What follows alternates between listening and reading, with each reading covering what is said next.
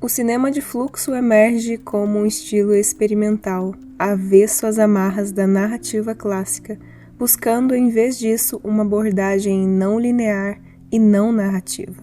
Sob a égide do cinema de fluxo, a forma, a estética visual, a experimentação cinematográfica, a expressão emocional e a experiência sensorial são os pilares em detrimento da tradicional estrutura narrativa. Ilustres cineastas têm contribuído para a discussão e a disseminação do conceito de cinema de fluxo. O cineasta francês Jean-Marie Straub, em parceria com Daniel Roulet, concebeu uma série de filmes que são considerados verdadeiros exemplos deste estilo. Crônica de Anna Madalena Bas, de 1968, dirigido por Straub e Roulet, é um notável exemplo de cinema de fluxo, onde a narrativa se fragmenta e se torna não linear, priorizando a música e a atmosfera em vez de seguir uma trama tradicional. Outro cineasta de destaque associado ao cinema de fluxo é o experimentalista norte-americano Stan Brakhage.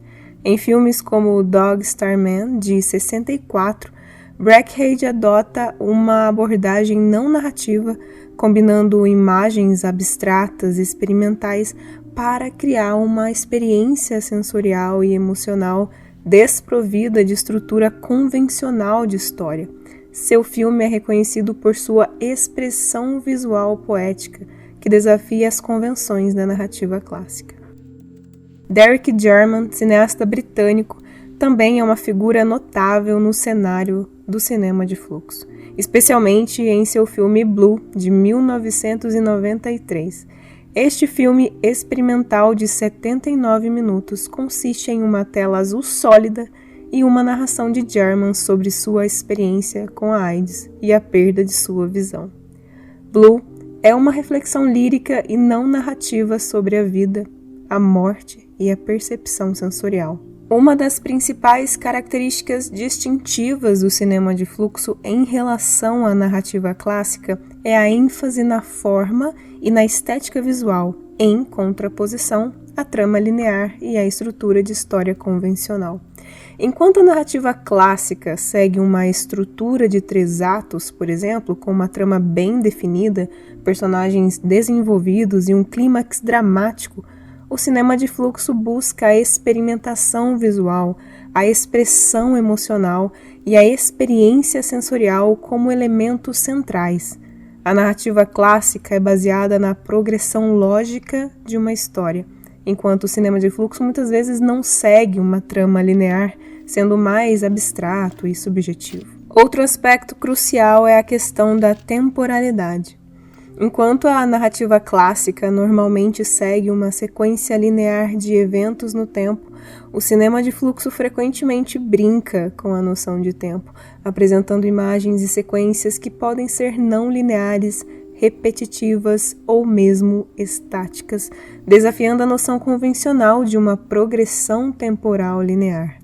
Um dos filmes que ilustram o conceito de cinema de fluxo é Koyaanisqatsi, de 1982.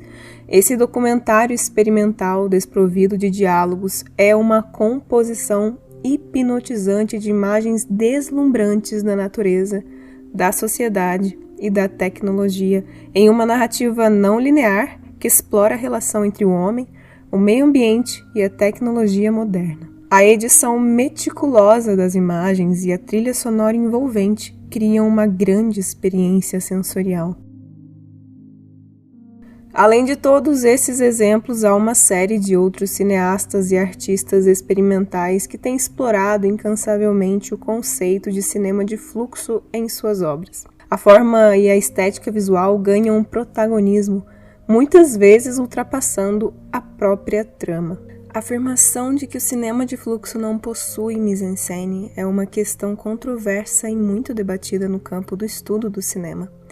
Mise-en-scène é um termo francês que se refere à forma como os elementos visuais de uma cena são organizados e compostos dentro do quadro cinematográfico, incluindo a direção de arte, a iluminação, a composição de cena, a movimentação dos atores e outros elementos visuais que contribuem para a construção da narrativa e do significado de um filme. No livro A Mise-en-Scène no Cinema, do autor Luiz Carlos Oliveira Júnior, essa questão é abordada de forma detalhada e provocativa.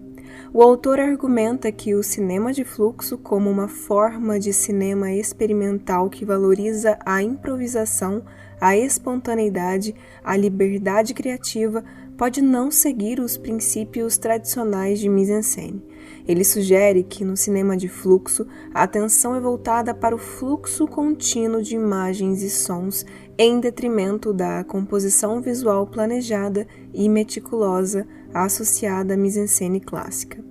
No entanto, é importante notar que a visão de Oliveira Júnior é apenas uma das muitas perspectivas sobre essa questão. Outros estudiosos e cineastas podem ter opiniões diferentes, argumentando que o cinema de fluxo também pode incorporar elementos de mise-en-scène de maneiras inovadoras. Alguns podem argumentar que, mesmo que a composição visual seja menos planejada, o cinema de fluxo ainda possui uma forma de mise-en-scène mais orgânica e espontânea, que é resultado das escolhas dos cineastas e das circunstâncias da produção. Além disso, é importante ter em mente que o conceito de mise-en-scène é flexível e pode ser interpretado de maneiras diferentes em diferentes contextos cinematográficos.